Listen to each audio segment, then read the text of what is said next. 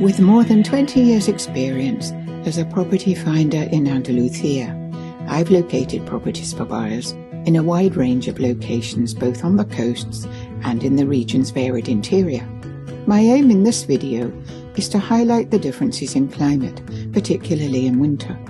That's the season most overseas buyers are focused on, because everywhere in Spain is great in summer. Doesn't matter where you go, Atlantic coasts, Mediterranean coasts or inland, and it ranges from hot to very hot. But it's a bit more complicated in winter, and conditions range from the sunniest and mildest on the European mainland to absolutely freezing. And yet in my experience, most overseas buyers have little or no knowledge of winter differences, although many say the winter climate in Spain is one of the main reasons for their purchase. In reality, there's no such thing as Spain's winter climate. Unlike in summer, when you can almost guarantee great weather wherever you are, where you are in winter really does make a difference. Approximately 75% of all overseas buyers in Spain choose somewhere on the Mediterranean coasts on the mainland or inland from those same coasts.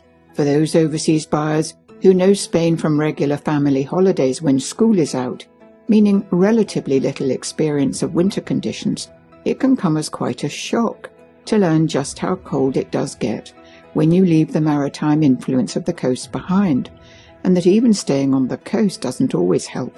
Some coasts are much cooler than others. 3 factors contribute to lower temperatures in winter: orientation, exposure to wind, and loss of afternoon sun. While it may seem a good idea to have a terrace facing the early morning winter sun, perfect for that first coffee of the day, in reality Mediterranean nights can be very cold and damp and slow to warm up. Check out any cafeteria at breakfast time around 10 a.m. Most customers will be inside, and those on terraces will be wrapped up warm.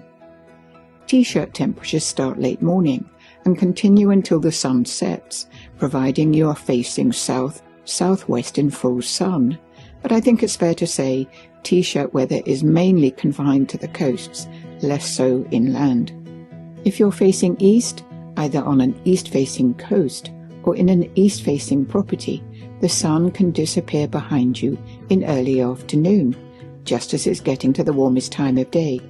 The sun is so much lower in the sky and can be blocked by a variety of obstacles: other buildings, tall trees, higher ground, and even your own property. If you want to sit outside, you will need to be wrapped up against the chill and humidity if you're in shade.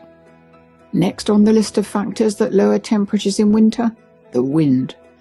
Spain's Mediterranean coastline stretches for 1,670 kilometers, 1,000 miles, from La Linea in the west to the French border, of which about 1,000 kilometers, 620 miles, face east, with exposure to the mild but damp and rainy Levante winds coming out of the east-southeast, which during winter can be strong to gale force and blow for days on end.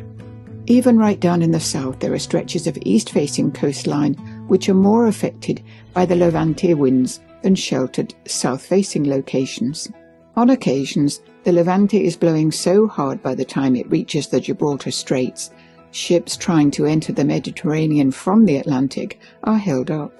A good clue to how windy a location is are wind turbines, of which there are now more than 25,000 on the mainland. Watch out for them, unless of course you're after some of the best wind and kite surfing conditions in the world in the Tarifa area and along the Costa de la Luz.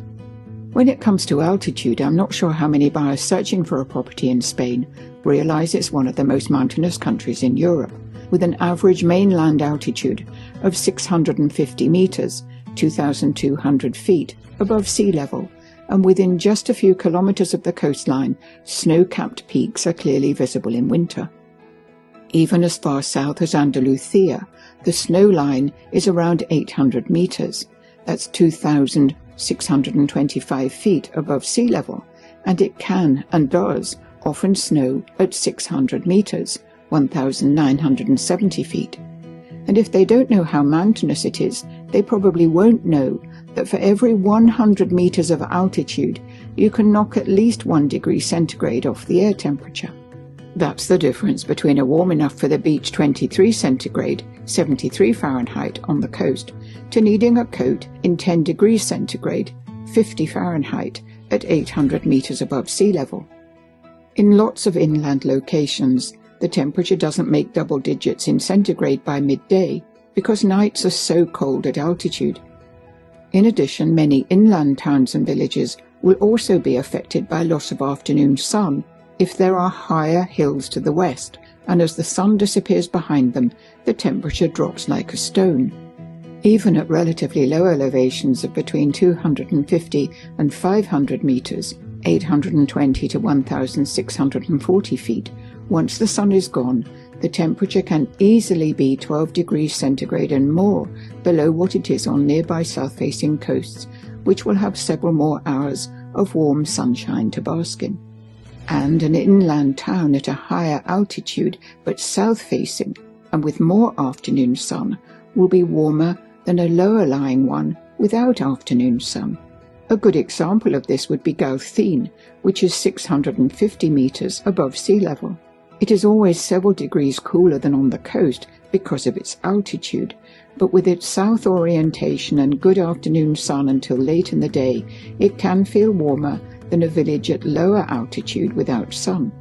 As property finders working for the buyer, our in-depth local knowledge about year-round conditions ensures you know all the issues relating to your specific criteria, so your purchase matches your lifestyle and long-term goals. So do get in touch and find out what we can tell you about the location you have in mind at all times of the year. We look forward to hearing from you.